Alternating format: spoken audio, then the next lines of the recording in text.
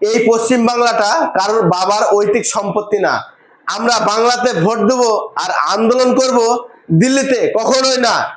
আর বাংলার সব থেকে বড় গাদ্দার আমরা আস্তে আস্তে চিনতে পাচ্ছি। আগামীতে আমরা চিন্তা ভাবনা পাল্টা, যে বাংলাতে আন্দোলন হবে কিন্তু শান্তি শৃঙ্খলা বজায় রেখে, কারোর সাথে দাঙ্গা বা কারোর সাথে যুদ্ধ, কারোর সাথে মারামারি করে আন্দোলন করা যাবে না। এটা আপনি বলতে পারতেন। আন্দোলন হবে না।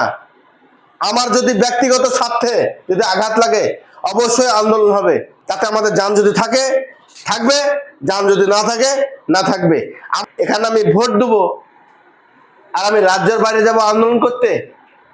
কারোর বাবার সম্পত্তি না পশ্চিম বাংলাটা। পশ্চিম বাংলায় সবারই অধিকার আছে, প্রতিটা বাঙালির অধিকার আছে। বেশি বেশি করে ভিডিওটা শেয়ার করুন। আর আমার মুসলিম ভাইদেরকে বলছি, আগামীতে আপনারা চিন্তা ভাবনাটা পাল্টাবেন।